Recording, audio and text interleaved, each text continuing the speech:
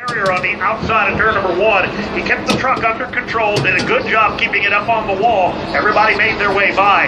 Now Stanton Barrett creeping down the back straightaway, down on the runoff area, headed for pit road. Boy, Stanton just shot out of the pack right up across the nose of Matt Crafton. Again, Matt has had his share of problems here this afternoon. Could have been a whole lot worse. The question is now, is there damage on Matt Crafton? And by the way, Matt is back on the lead lap, but he's running in the 19th position. Wheel comes down the start-finish line. The caution flag waving. And again, Stanton Barrett with the most severe damage, making his series debut in the Nascar Camping World Truck Series. Here at Talladega, he's raced before the Xfinity Series here to the Sprint Cup Series, the first time in a truck. And he just met the wall down at turn number 1, so that slows things down, and that's going to put us down to maybe a 6-lap shootout to the finish. Well, good news, bad news for Brandon Jones. Good news, he's going to restart second. Bad news, he's going to restart on the outside of Brian Keselowski. Ryan Blaney, we've seen it time and time again. Eric Jones looked like he had a fast enough truck to get up there, but if you don't have the right partner behind you, you're going nowhere. Yeah, you're exactly right. You have to have the right person giving you bumps, and they have to be good bumps down the back straight. Remember, you can't block bumpers and push in the truck series, but you can bump the guy. And Brian Keselowski had great help with Brandon Jones, and the 05 didn't give Eric Jones enough help on that restart. So hopefully they learn from their mistakes and do better the next time. You know, it almost looked like John West Townley, and I think Mike Bagley pointed it out as they worked down the super stretch, that John West Townley, who lined up behind Eric Jones, was actually trying to make a hole of his own, maybe come up the middle, and instead of being focused on that rear tailgate of Eric Jones, John West trying to do his own thing. Man, cost Christopher Bell, who would love to win on pavement. He did win on dirt. You got Eric Jones, Kennedy Peters to find out. Here comes the field. It's Brian Keselowski, Brandon Jones.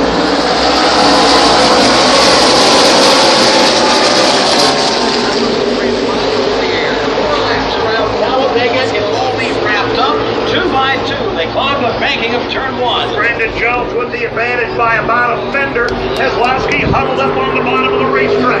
Here comes Brian Keselowski with a tailgate full of Spencer Gallagher. They're dead even on the back straightaway for the lead. Brandon Jones now getting the fender out in front. He's still in the outside line, but here comes Keselowski. That's Brian Keselowski punching a hole to the inside, trying to squeeze him alongside Jones for the lead. Brian Keselowski to the bottom, but has a truck length and a half between himself and Spencer Gallagher on the inside. The outside lane, much tighter packed, led by Brandon Jones, who goes to the front of the field with traffic up from Christopher Bell. Brandon Jones gets a good run off turn number 4. He takes the lead and pulls down in front of the back of the field.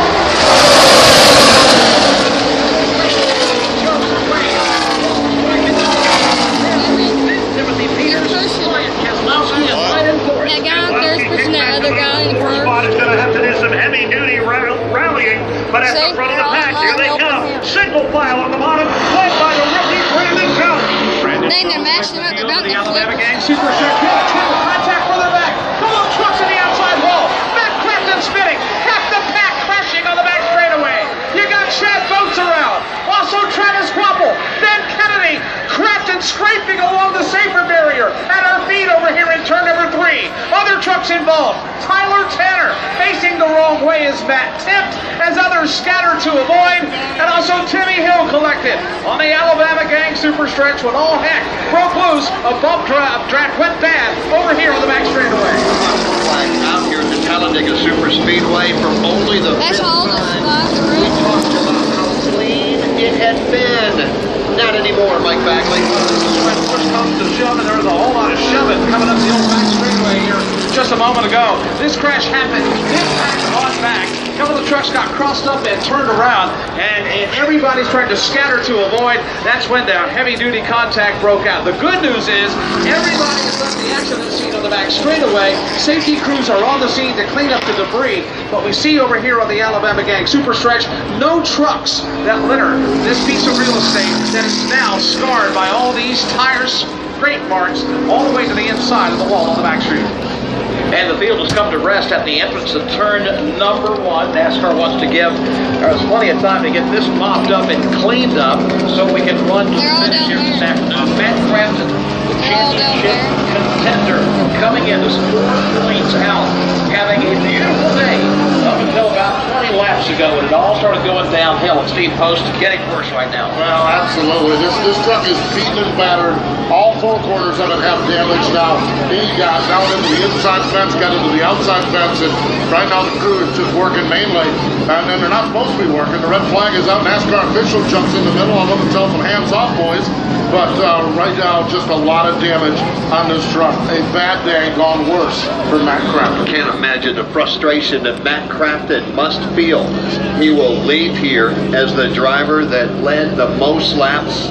It means nothing in Talladega. Not only has it been a bad day for Matt Crafton, it is also a bad day for Tyler Reddick, who was also involved. Tyler Reddick, 3rd in the series points. 2nd and 3rd having bad days. Eric Jones, the point leader, has got to be loving this, although he sits right now in the 6th position.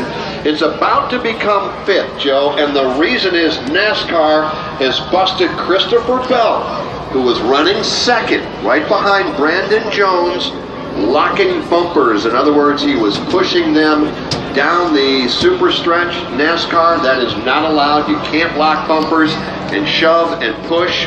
Christopher Bell was 2nd, not anymore. Lesson learned for young Christopher Bell here this afternoon at Talladega Superspeedway. So a penalty for him. That'll move Timothy Peters back up to the 2nd spot behind Brandon Jones.